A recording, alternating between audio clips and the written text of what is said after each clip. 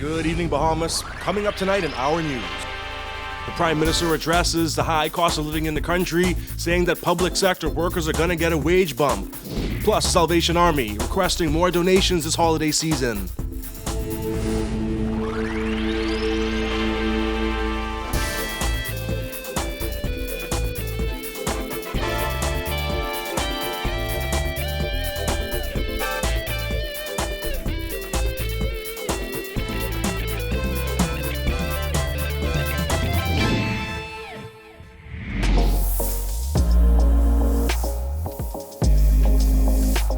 Our News is brought to you by Alive. Welcome to Our News and thanks for joining us. I am Jared Higgs. Topping news tonight as Bahamians bemoan the high cost of living in the country, Prime Minister Dr. Hubert Minnis announced an increase in minimum wage in the public sector. However, he says private sector workers will not see a bump in salary. What I can also say is the minimum wage that the government pays its staff, that would be elevated, but the minister responsible for public service would give more details of that.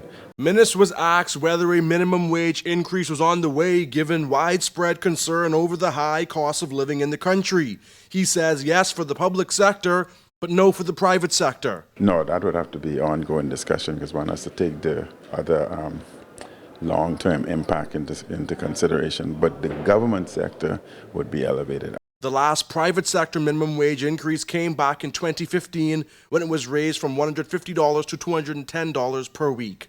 Last week, Bahamians were up in arms after a new fee for BPL bills was announced. Many complained that their bills were going up, but not their paycheck. Works Minister Desmond Bannister says the increase was needed as the struggling power company grapples with the $300 million plus debt and estimated that the fee increase would average out at $20 to $30 monthly per household.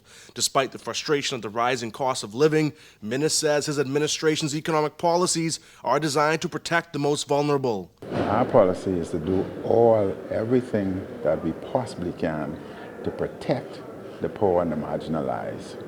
However, critics say government's 60% VAT increase back in 2018 is hardest on the poor, as wealthier individuals have more disposable income. Minnis himself asserted that wealthier Bahamians can fend for themselves better. We feel that the wealthy, the rich individuals, regardless to what outcome, they would be able to survive and protect themselves. And you would still need them to help generate jobs, employment, etc.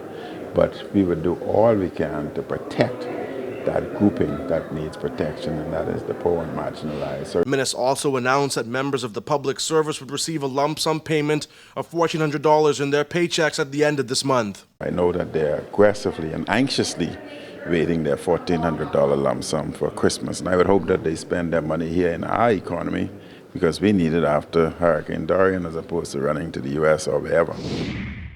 Meanwhile, the Prime Minister says he is waiting for the Department of Statistics to release job data from Abaco and Grand Bahama. Minnis made the comments after being asked about a social services assessment released by sheltercluster.org that revealed 50% unemployment on Grand Bahama. I don't know exactly how they came about their assessment, how they did it, but I know that the international and acceptable department that does all employment statistics is the Department of Statistics. And we await for their statistics. However, Minnis acknowledged that both Grand Bahama and Abaco experienced significant job losses as a result of Hurricane Dorian. He says he is encouraged by recovery efforts. We would have experienced a decrease in employment, an increase in unemployment. We would have expected that. Individuals' jobs, facilities, and everything were destroyed.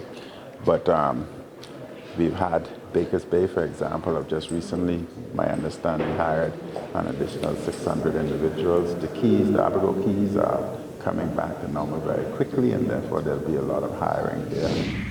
A high-ranking official in the United States State Department is cautioning countries like the Bahamas to review financing terms with Chinese companies carefully to ensure they serve the needs of Bahamians. Undersecretary of State for Political Affairs David Hale, who visited the Bahamas this week, was responding to questions about whether the U.S. government is concerned about China's involvement in projects in the Bahamas. The United States wishes to have a robust trade relationship and economic relationship that benefits both China and the United States, so long as it's based on free, fair, and reciprocal principles. And we expect that other countries will want the same. I would emphasize, though, those principles of free, fair, and reciprocal. And we also understand that countries will seek Chinese investment, but we encourage our partners at all times to review the financing terms with Chinese companies carefully to ensure that all deals and contracts, in the case of the Bahamas, in fact, serve the interests and the needs of the Bahamian people. Transparency and accountability, I think, are key principles in that regard.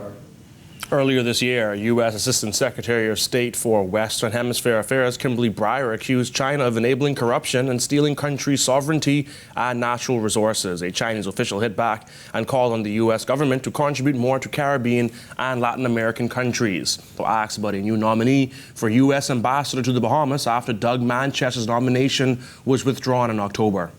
I know that there's every intention to send a confirmed ambassador to the Bahamas. I am not able at this time to offer a name. That's the prerogative of the President of the United States. When a nomination is made, he'll be making it. With Hurricane Dorian displacing thousands, the Salvation Army says there is an increased need this holiday season. Demands for assistance have increased tenfold. For that reason, the nonprofit is asking everyone to donate a little more to their kettle ringing campaign this year. Jasmine Brown reports. It's that time of year again when giving goes a long way, and for the Salvation Army, giving a little bit more will mean a whole lot.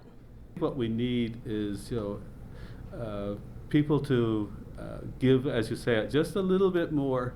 If you're putting in $1 or $2, maybe a $5, would make all the difference in the world to us. It doesn't take a huge amount when you have a lot of people giving a little something. Red Kettle donations help make Christmas possible for needy families. The donations support the Salvation Army's Christmas Family Assistance Programs, year-round assistance for low-income families and individuals, food pantries, the School for the Blind, as well as homeless and seniors assistance programs. But due to Hurricane Dorian earlier this year, Ingram says their needs are even greater. Since Dorian, I would say that the demand for our community and family services has gone up by maybe 10 times what we would normally do since 1st of September, and it hasn't stopped. The bell ringing program has been the Salvation Army's primary fundraiser for the holiday season.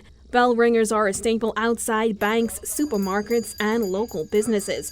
According to Community Relations Associate Melanie Coakley, this year they are stationed at 30 locations. Coakley says donating time as a bell ringer is just as important as donating much-needed funds. It's a way to give back to the community. It's long-term in terms of you may be seeing that dollar today, but 5 years down the line, the impact that it has in terms of the after-school program, those students that graduate through that, persons that we help in emergencies, it's life-changing. So the next time you hear this sound, don't hesitate to slip a little more in the red kettle. Reporting for Our News, I'm Jasmine Brown. Still to come on Our News, the U.S. renews its commitment to storm relief efforts. Plus, government honors public officers who worked in the aftermath of Hurricane Dorian. Stay tuned.